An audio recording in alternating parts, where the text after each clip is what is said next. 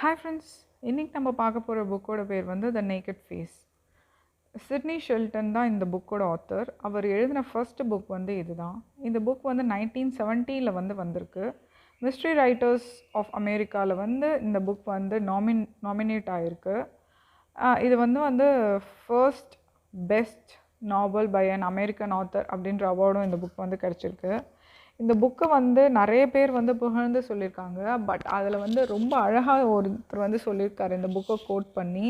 சஸ்பென்ஸ்க்கு வந்து இன்னொரு சினனியுமே வந்து சிட்னி ஷெல்டன் வந்து உருவாக்கியிருக்காரு. அந்த 3 வார்த்தை சஸ்பென்ஸோட இன்னொரு சினனியம் அந்த 3 வார்த்தை என்னென்னா த நேக்கட் ஃபேஸ்ன்னு சொல்லியிருக்காரு. இந்த புக்கோட ஜான்ரா வந்து த்ரில்லர். இந்த புக் வந்து நான் சொன்ன மாதிரி 1970 வந்து பப்ளிஷ் ஆகிருக்காங்க. நான் வச்சுருக்க புக்கில் வந்து 222 பேஜஸ் இருக்குது. இந்த புக் வந்து நிறைய ஃபிலிம்ஸாக வந்து அடாப்ட் பண்ணியிருக்காங்க. 1984 வந்து பிரையன் ஃபாப்ஸ் அப்படின்றவர் அடாப்ட் பண்ணியிருக்காரு. அதுக்கப்புறம் யுக்ரைனில் வந்து அடாப்ட் பண்ணியிருக்காங்க இந்த நாவல் வந்து ஃபிலிமாக. 2007 வந்து பார்த்திங்கன்னா சுனில் குமார் தேசாய் அப்படின்றவர் கன்னடா ஃபிலிமாக வந்து இந்த நாவலை பேஸ் பண்ணி ஒரு படமாக எடுத்திருக்காரு. கஷானான்னு சொல்லிட்டு ஒரு படமாக வந்து இந்த நாவல் வந்து அடாப்ட் பண்ணி அவர் எடுத்திருக்காரு. இந்த புக் வந்து பார்த்திங்கன்னா ஷிட்னி பொறுத்த வரைக்கும் அவரோட எல்லா புக்ஸுமே பார்த்திங்கன்னா எவ்ரி 2 பேஜஸ் இல்லைனா எவ்ரி பேஜஸ்க்குமே வந்து ஒரு குட்டி குட்டி கிளைமேக்ஸ் இருக்க மாதிரி இருக்கும். கிளைமேக்ஸ்னால் எப்படி சொல்கிறேன்னா அந்த பிளாட்டை வந்து ரொம்ப இன்ட்ரெஸ்டிங்காக வந்து அவர் எழுதியிருப்பார். அடுத்து என்ன அப்படின்றது வந்து ரொம்ப ரொம்ப ரொம்ப இன்ட்ரெஸ்டிங்காகவும் அதை பற்றின வந்து ஒரு ஆர்வத்தை தூண்டுற மாதிரியும் இருக்கும். அது மட்டும் இல்லாமல் அவரோட ரைட்டிங் லாங்குவேஜஸ் வந்து பார்த்திங்கன்னா உங்களுக்கு எங்கேயுமே வந்து நீங்கள் ஸ்டாப் பண்ணி ஒரு டிக்ஷனரி எடுத்து பார்க்குற மாதிரி இருக்காது. ரொம்ப சிம்பிளாக இருக்கும். நீங்கள் எங்கேயுமே வந்து டிஃபிகல்ட்டியே இல்லாமல் ஒரு ஓடுற தண்ணி மாதிரி நீங்கள் அதை வந்து படிச்சுக்கிட்டே இருக்கலாம். உங்களுக்கு எந்த ஹேர்டில்ஸுமே இருக்காது அந்த புக் படிக்கும்போது. இந்த புக் வந்து நீங்கள் இன்கேஸ் இது வந்து 222 பேஜஸ் தான். பட் நீங்கள் இந்த புக் வந்து படிச்சுக்கிட்டே இருக்கீங்க. பட் திடீர்னு உங்களுக்கு எதனா ஒரு வேலை வந்துச்சு நீங்கள் எழுதி போனாலும் நீங்கள் என்ன தான் வேலை செஞ்சுட்டே இருந்தாலுமே வேறு ஏதாவது நீங்கள் வேலை செஞ்சுட்டு இருந்தாலுமே இந்த புக்கோட ஸ்டோரி வந்து எவ்வளோ இன்ட்ரெஸ்டிங்கானதுன்னா நீங்கள் என்ன தான் வேலை செஞ்சுருந்தாலும் பேக் ஆஃப் யுவர் மைண்டில் வந்து உங்களுக்கு அந்த ஸ்டோரி நீங்கள் படித்தது வரைக்கும் என்ன ஆச்சு, ஏன் இப்படி ஆச்சு, இதுக்கப்புறம் என்ன நடக்கும் அப்படின்னு சொல்லிட்டு உங்களுக்கு வந்து ரன் ஆகிட்டே இருக்கும். அந்தளவுக்கு வந்து ஒரு இன்ட்ரெஸ்டிங்கான ஒரு பேஜ் டர்னர் தான் இந்த புக்கு. கதை வந்து உங்களுக்கு எங்கேயுமே வந்து ஃபேண்டசி வந்து இருக்கவே இருக்காது. எல்லாமே வந்து ரொம்ப நேச்சுரலாகவும் ஆர்கானிக்காகவும் பிலீவபிளாகவுமே இருக்கும். 1970 வந்து இந்த புக் வந்து பப்ளிஷ் ஆகியிருந்தாலும் இப்போ நம்ம படிக்கும் போது அவ்வளோ நம்பக்கூடியதாகவும் ரிலேட் பண்ணிக்க முடியதாகவும் இருக்குது. நிறைய இடத்துல வந்து யூ குட் ஃபீல் த சில், அந்த த்ரில்லரோட சில்லும் அந்த ஒரு நர்வ் ஒர்க்கிங் சொல்லுவாங்க. அந்த மாதிரி நிறைய இடத்துல உங்களுக்கு சஸ்பென்ஸும் உங்களுக்கு வந்து இப்போ இவ்வளோ வருஷங்கள் கிடச்சும் உங்களுக்கு வந்து அந்த இம்பேக்ட் வந்து உங்களுக்கு ஹெவியாக இருக்குது.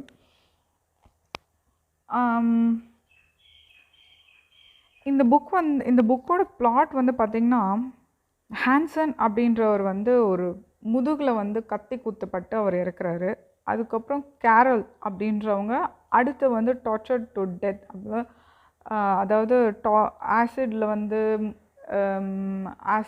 வந்து பட்டு அந்த மாதிரி ரொம்ப டார்ச்சர் ஆகி வந்து இறந்து போகிறாங்க. இந்த 2 கொலை வந்து நடக்குது, ஸ்டார்டிங்லேயே நடக்குது. இப்போ தான் வந்து இந்த புக்கோட மெயின் ஹீரோ தான் என்ட்ரு ஆகுறாரு. அவர் பேர் தான் வந்து ஜோட் ஸ்டீவன்ஸ். இவர் வந்து ஒரு நியூயார்க்கில் ஒரு சைக்கோ அனலிஸ்டாக இருக்கார். இவருக்கு வந்து அந்த இறந்து போன 2 பேருமே தெரியும். அதாவது கேரல் அப்படின்றவங்க வந்து இவர் வந்து ஆக்சுவலாக சைக்கோ அனலிஸ்டாக இருக்கார். நான் முன்னாடியே மென்ஷன் பண்ணியிருந்த மாதிரி இவரோட ஹாஸ்பிட்டலில் ரிசப்ஷனிஸ்டாக இருந்தவங்க தான் கேரல் அப்படின்றவங்க. ஹன்சன் அப்படின்றவர் வந்து இவரோட ஹாஸ்பிட்டலில் ஒன் ஆஃப் த பேஷண்ட்டாக வந்து இருக்கிறாரு.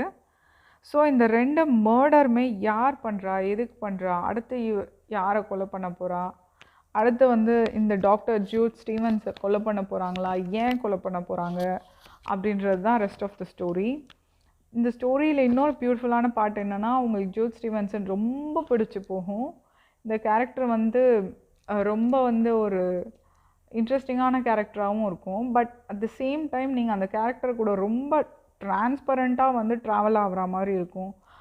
இவரை பற்றி எல்லாமே உங்களுக்கு வந்து மென்ஷன் ஆகிருக்கும் இந்த புக்கில். அது மட்டும் இல்லாமல் இப்போது சிட்னியோட ஸ்பெஷல் என்னென்னா, இப்போ இந்த ஹீரோவோ இல்லை எந்த புக்கில் வந்து அந்த ஹீரோவோ ஹீரோயினோ யார் வந்து மெயின் கேரக்டர் ப்ளே பண்ணுறாங்களோ, அந்த மெயின் கேரக்டர் ப்ளே பண்ணுற ஒரு ஜாப், அதாவது அவங்க இருக்கிற ஃபீல்ட், என்ன மாதிரி வேலை, அந்த வேலை வந்து எப்படி செய்யறது, அதெல்லாம் வந்து A to Z வந்து கிளியராக மென்ஷன் பண்ணியிருப்பார். இப்போ ஜோத் ஸ்டீவன்சன் வந்து ஒரு சைக்கோ அனலிஸ்டாக இந்த கதையில் வந்து இருக்கிறாரு. இப்போ இந்த புக் படித்ததுக்கப்புறம் வந்து இவரோட வேலையை வந்து நீங்கள் ஒரு 70% வந்து உங்களால் பண்ண முடியும். அந்த அளவுக்கு வந்து இன்ஃபர்மேஷனும் வந்து அவரோட வேலையில் இருக்க ப்ராசஸும் வந்து ரொம்ப கிளாரிட்டியோடு அவர் மென்ஷன் பண்ணியிருப்பார். இப்போ அவரோட ஒர்க்னால் இப்போ அவர் எத்தனை மணிக்கு ஆஃபீஸ் போவார், என்ன வேலை இருக்கும், என்ன மாதிரி ப்ரொசீஜர் இருக்கும், இப்போ சைக்கோ அனலிஸ்ட்னால் என்ன மாதிரி ஒர்க் பண்ணுவாங்க அப்படின்றது எல்லாமே உங்களுக்கு வந்து மேக்ஸிமம் உங்களுக்கு வந்து 100% உங்களுக்கு தெரிஞ்சிடும். அதில் 70% நீங்களே பண்ணக்கூடிய அளவுக்கு ரொம்ப கிளாரிட்டியாக வந்து இவர் எழுதியிருப்பார். நான் சொல்லியிருந்த மாதிரி நிறைய குட்டி குட்டி கிளைமேக்ஸஸாக இருக்கும். கிளைமேக்ஸுன்றது வந்து அதாவது சின்ன சின்ன இன்ட்ரெஸ்டிங்கான ஹுக்ஸ் வந்து எவ்ரி 2 to 3 பேஜஸ் இருக்கும். எவ்ரி பேஜஸ்லையுமே உங்களுக்கு ஏதாவது ஒரு இன்ட்ரெஸ்டிங்கான பார்ட் இருக்கும். It is definitely a page turner. அதுக்கப்புறமேட்டு மென்ஷன் பண்ண வேண்டிய இன்னொரு முக்கியமான விஷயம் என்னென்னா கிளைமேக்ஸும் வந்து கிளைமேக்ஸ்க்காக தான் நம்ம இந்த புக் படிக்கும் போது நம்ம மனசில் வந்து என்ன கிளைமேக்ஸாக இருக்கும் அப்படின்றது தான் நம்ம மனசில் வந்து ஓடிக்கிட்டே இருக்கும். ஸோ அந்த கிளைமேக்ஸ் படிக்கும் போது கண்டிப்பாக அக்செப்டபுளாக இருக்கும். இந்த கிளைமேக்ஸ் எனக்கு ரொம்ப அக்செப்டபுளாக இருந்துச்சு. இந்த கிளைமேக்ஸ் இன்னொரு சிட்னியோட பெஸ்ட் பார்ட் என்னன்னா, அவரோட எல்லா லாஸ்ட் பேஜஸ்மே, அந்த லாஸ்ட் பேஜஸில் இருக்க எல்லா லைன்ஸுமே ரொம்ப பியூட்டிஃபுல்லாக இருக்கும். லைஃப்பில் வந்து ஒரு ஹோப் வந்து கொடுக்குற மாதிரி தான் இருக்கும் அவரோட கிளைமேக்ஸ். அது மட்டும் இல்லாமல் இப்போ ஜோத் ஸ்டீவன்சன் வந்து நிறைய ட்ரபிள்ஸ் வந்து அவர் வந்து அண்டர்கோ பண்ணுவார். பட் அந்த ட்ரபிள்ஸ் வந்து எக்ஸ்ட்ரீமாக இருக்கும். அந்த லைஃபோட எக்ஸ்ட்ரீம் எட்ஜ் வரைக்கும் அவர் போனாலுமே அவர் அதை எப்படி ஓவர் கம் பண்ணுறாரு அப்படின்றது வந்து நமக்கு வந்து ஒரு ஹோப் கொடுக்கும். ஏன்னா வந்து எவ்வளோ எக்ஸ்ட்ரீம் போனாலுமே you can get over it. அதுலேருந்து நீங்கள் வெளில வர முடியும்.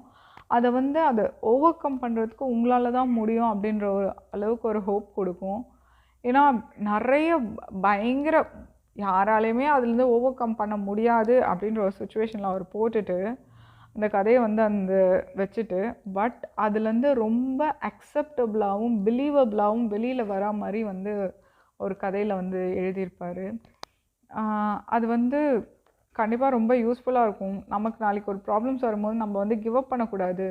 நம்மளும் ஜோத் ஸ்டீவன்சன் மாதிரி எமோஷ்னல், அதாவது ஜோத் ஸ்டீவன்சனும் பார்த்திங்கன்னா எக்ஸ்ட்ரீம் ப்ராப்ளம், லைஃபோட எக்ஸ்ட்ரீம் ப்ராப்ளம்க்கு போவார்.